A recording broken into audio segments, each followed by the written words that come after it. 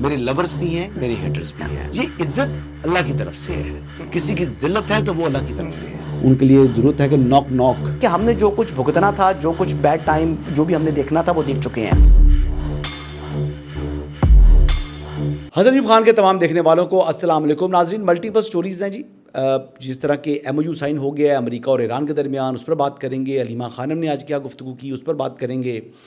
اس کے ساتھ ساتھ جوائنٹ عوامی ایکشن کمیٹی کیا کر رہی ہے اور پھر بلاول بھٹو زرداری کیا کہہ رہے ہیں. ان تمام جو ہے وہ ایشوز کے اوپر آج بات کریں گے. لیکن سب سے پہلے الحمدللہ پاکستان کی کاوشیں اور کوششیں رنگ لے آئیں. بالآخر امپاسبل کو پاکستان نے پاسبل کر دکھایا، اور پاکستان کی جانب سے سید عاصم منیر نے اس میں کی رول پلے کیا ہے، جو کہ پاکستان کا جو میڈیشن کا رول تھا وہ سکسیسفل آج دنیا کے سامنے ثابت ہو چکا ہے. ایم او یو کے 14 نکات ہیں جی، اور اس میں جو پہلا جو نقطہ ہے وہ ہے امریکہ، ایران اور ان کے اتحادی تمام محاذوں پر بشمول لبنان میں فوری اور مستقل جنگ بندی پر متفق ہوں گے، اور دونوں ممالک آئندہ ایک دوسرے کے خلاف کسی بھی قسم کی فوجی کارروائی، طاقت کے استعمال یا دھمکی سے گریز کریں گے. یعنی قیام امن. اور یہ صرف ایران کے لیے قیام امن نہیں ہے، یہ صرف مشرق وسطیٰ کے لیے قیام امن نہیں ہے، یہ امن جو ہے وہ دنیا کے لیے امن ہے. یہ دنیا کے لیے امن اس لیے ہے کیونکہ اس جنگ کی وجہ سے پوری دنیا متاثر ہوئی. پوری دنیا کے اندر مالی مشکلات بڑھیں، پوری دنیا کے اندر جو میری ٹائم کا جو ایشو ہے وہ مسائل کھڑے ہو گئے. جاپان کے اندر یعنی مختلف چیزوں کی قلت کا سامنا کرنا پڑ گیا. انڈیا کے اندر جو ہے لوگ جو ہے وہ قطاروں میں لگ گئے، یعنی حالات جو ہے وہ بگڑتے چلے گئے. امریکہ کے اندر تقریباً $600 ایچ ہاؤس ہولڈ جو ہے وہ جو ان کو اضافی پے کرنا پڑا ہے. تو اب یہ جس قسم کی سچویشن بنی، تو 14 جو نکات ہیں اس کے اندر ایران کے لیے بہت کچھ ہے. ایک تو ایران کی ترقی اور تعمیر و نو کے لیے $300 ارب جو ہے وہ ایران کو ملیں گے. دوسرا، 60 دن کے لیے اسٹریٹ آف ہرمز کو جو ہے وہ یعنی اس کے اوپر کوئی ٹول نہیں ہوگا. اس کے بعد عمان کے ساتھ ایران مل کر یعنی اس حوالے سے کو معاملات طے کریں گے. لیکن اس کے علاوہ ایک اور بات یہ ہے امپورٹنٹ کہ ایران کے جو اس وقت فروزن ایسٹس ہیں وہ بھی فوری طور کے اوپر جو ہے وہ ریلیز کر دیے جائیں گے، اور ساتھ ہی ساتھ ایران کے اوپر جو اس وقت عائد اقتصادی پابندیاں ہیں وہ لفٹ کر دی جائیں گی. اور پھر جو نیول بلاکڈ ہے وہ یعنی فوری طور پر 19 تاریخ کے بعد سے جب ایم او یو سائن ہو جائے گا فزیکلی، یہ بھی تو ظاہری بات ہے ہر ایک نے اپنی اپنی جگہ سائن کیا ہے. یعنی پریزیڈنٹ ٹرمپ نے بھی سائن کر دیا، پریزیڈنٹ مسعود نے بھی کر دیا، اور یہاں سے پاکستان کے پرائم منسٹر محمد شہباز شریف نے بھی بطور ثالث اس کے اوپر سائن کر دیے ہیں.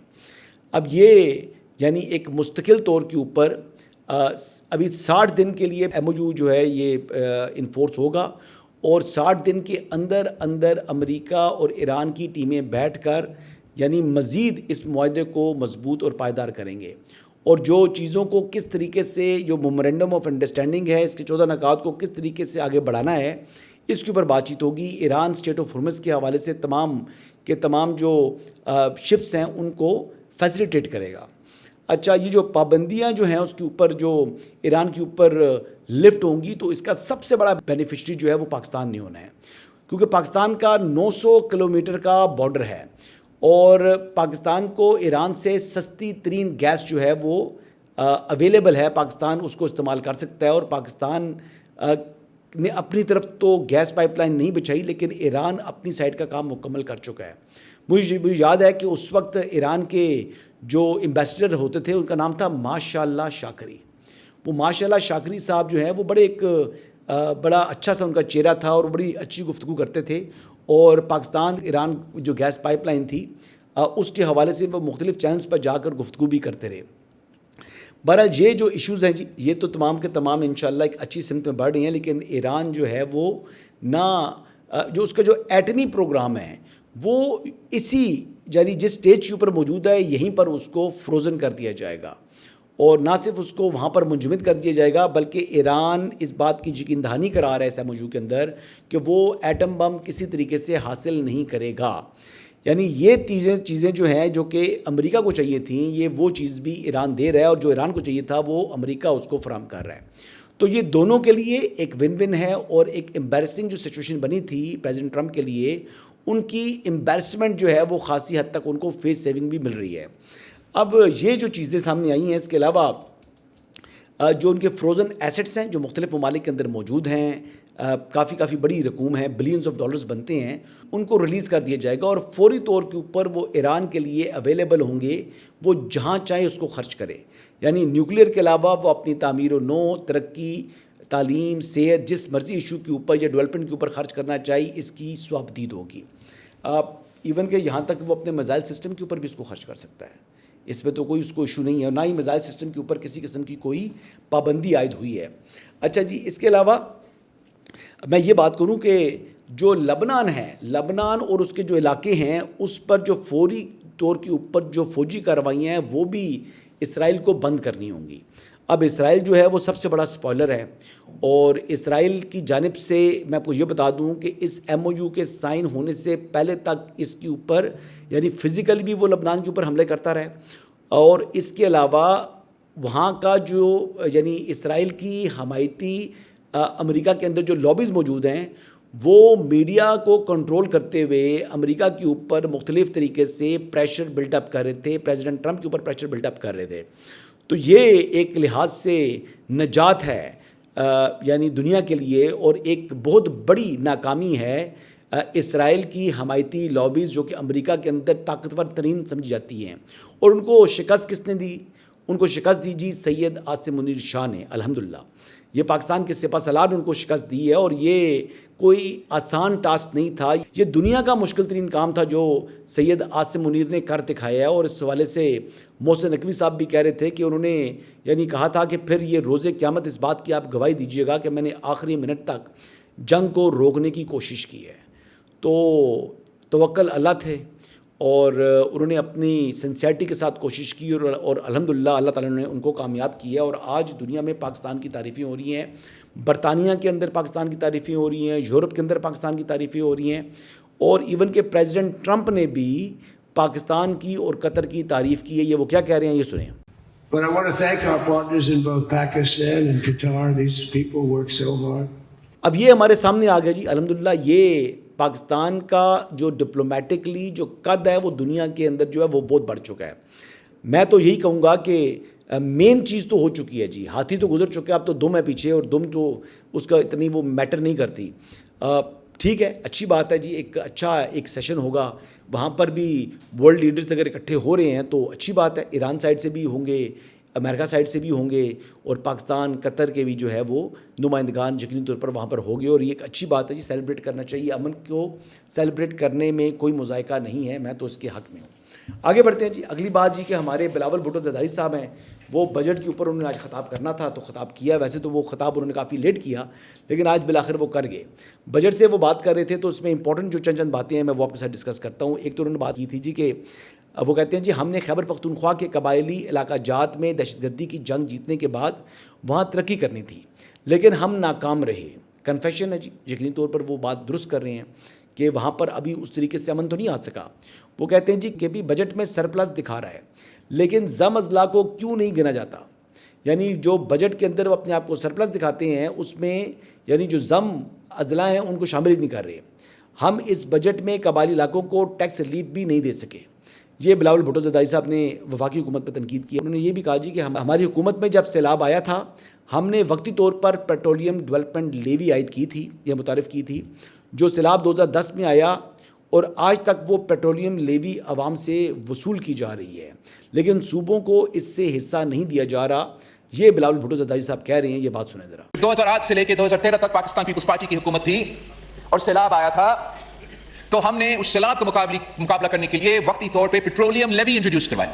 آج 2026 ہے، آج تک وہ پیٹرولیم لیوی کلیکٹ کیا جا رہا ہے، اور آج تک صوبوں کو اپنا حصہ پیٹرولیم لیوی سے، گیس لیوی سے، مختلف لیویز جو ہم نے انٹروڈیوس کیا ہے ان کو نہیں دیا جا رہا ہے. ان کو اپنا وسائل سے، اپنے حق سے محروم رکھا جا رہا ہے.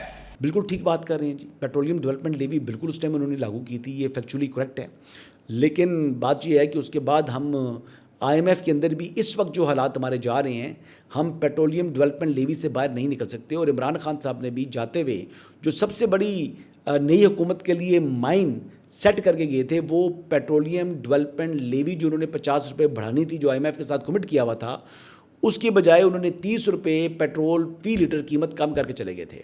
تو جب انہوں نے یہ کیا تو تقریباً 80 روپے فی لیٹر کا فرق بنا دیا, جس کے بعد IMF ناراض ہو گیا. یعنی یہ وہ شاہ خرچی تھی جو وہ کر گئے تھے عمران خان صاحب, جو کہ سعودی عرب کی معیشت بھی برداشت نہیں کر سکتی تھی, جو قطر کی معیشت بھی اس وقت میں برداشت نہیں کر سکتی تھی, جو کہ کویت کی معیشت بھی برداشت نہیں کر سکتی تھی. وہ پاکستان کے اوپر وہ بم مار کے چلے گئے. لیکن جب حکومت بنی, شہباز شریف صاحب آئے, تو ایون دین ان کو بھی نئی حکومت تھی تو ان کے اوپر اتنا پریشر بن گیا کہ انہوں نے اس ٹائم فریم تک کنٹینیو کیا اس کو, جو کہ بہت غلط فیصلہ تھا شہباز شریف کا. اور اس کے بعد پھر روپی کی ڈپریسیشن سٹارٹ ہوئی.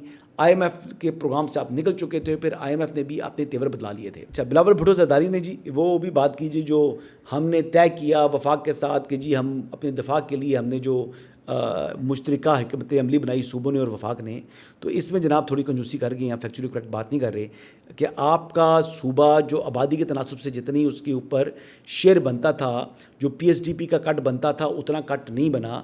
آپ کے صوبے کا جو اماؤنٹ ہے وہ KPK کے برابر ہے, جو کہ ناکافی ہے. پنجاب کو دیکھ لیں اور پھر آپ KPK کو دیکھ لیں اور پھر اپنے صوبے کو دیکھ لیں کہ کتنا PSDP اس نے اپنا کام کیا ہے. تو یہ فیکچولی آپ کریکٹ نہیں ہیں, جو جہاں پر آپ غلط ہیں وہ غلط ہیں. بہرحال جی عوامی ایکشن کمیٹی کے حوالے سے بھی انہوں نے بات کی ہے جی. وہ آزاد کشمیر کے عوام کو بھارتی سازش کا نشانہ نہیں بننے دیں گے. بلاول فرما رہے ہیں کہ آزاد کشمیر میں جو کچھ ہو رہا ہے وہ سازش کے تحت ہو رہا ہے اور یہ کشمیر کوز کو نقصان پہنچایا جا رہا ہے. وہ یہ بھی کہتے ہیں کہ جو لوگ بھی آزاد کشمیر میں دھرنا دیے بیٹھے ہیں وہ اپنا احتجاج ختم کریں. احتجاج کرنے والے خود کو انتہا پسند اور قانون ہاتھ میں لینے والوں سے علیحدہ کریں.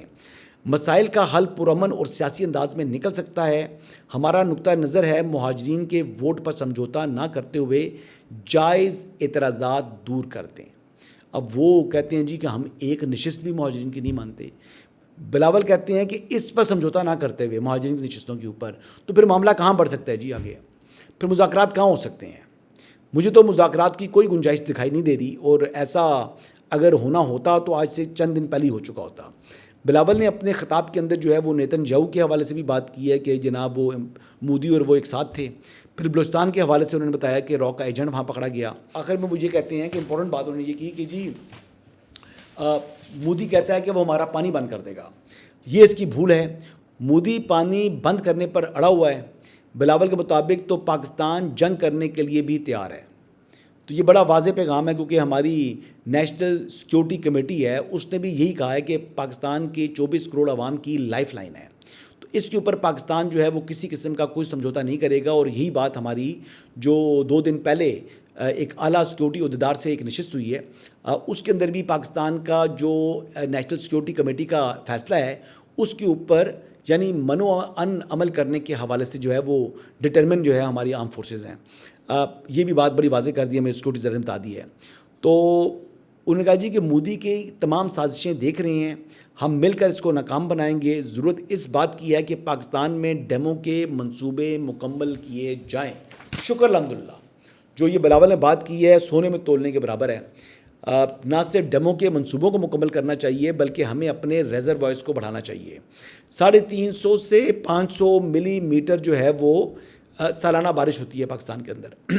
ہم بیسکلی 70% جو پانی ہم ذخیرہ کر سکتے ہیں ہم اس کو سمندر برد کر دیتے ہیں. نہ صرف یہ کر دیتے ہیں بلکہ اس کے علاوہ ہم نے اپنی جو اپاشی ہم کر سکتے ہیں اس پانی سے, پانی کو سٹور کر کے ہم وہ نقصان کر رہے ہیں. اچھا, ہم نے اپنے پاؤں پر خود کو لڑا مار رہے ہیں. انڈیا جو کر رہا ہے وہ کر رہا ہے, لیکن ہم بھی جناب آگے نہیں بڑھے. آخری ڈیم جو ہمارا بنا تھا تربیلا والا وہ آج سے 50 سال پہلے بنا تھا. یعنی 50 سال سے پاکستان نے اپنا پانی کا کوئی مزید جو ہے وہ ذخیرہ نہیں بنایا, اور جو موجودہ ذخائر ہیں وہ پہلے ہی اس کے اندر بہت زیادہ جو ہے وہ مٹی اور وہ ریت آ چکی ہے, یعنی سلٹنگ ہو چکی ہے. تو اب وہ بھی آپ کی سٹوریج پہلے کے مقابلے میں کم ہو چکی ہے.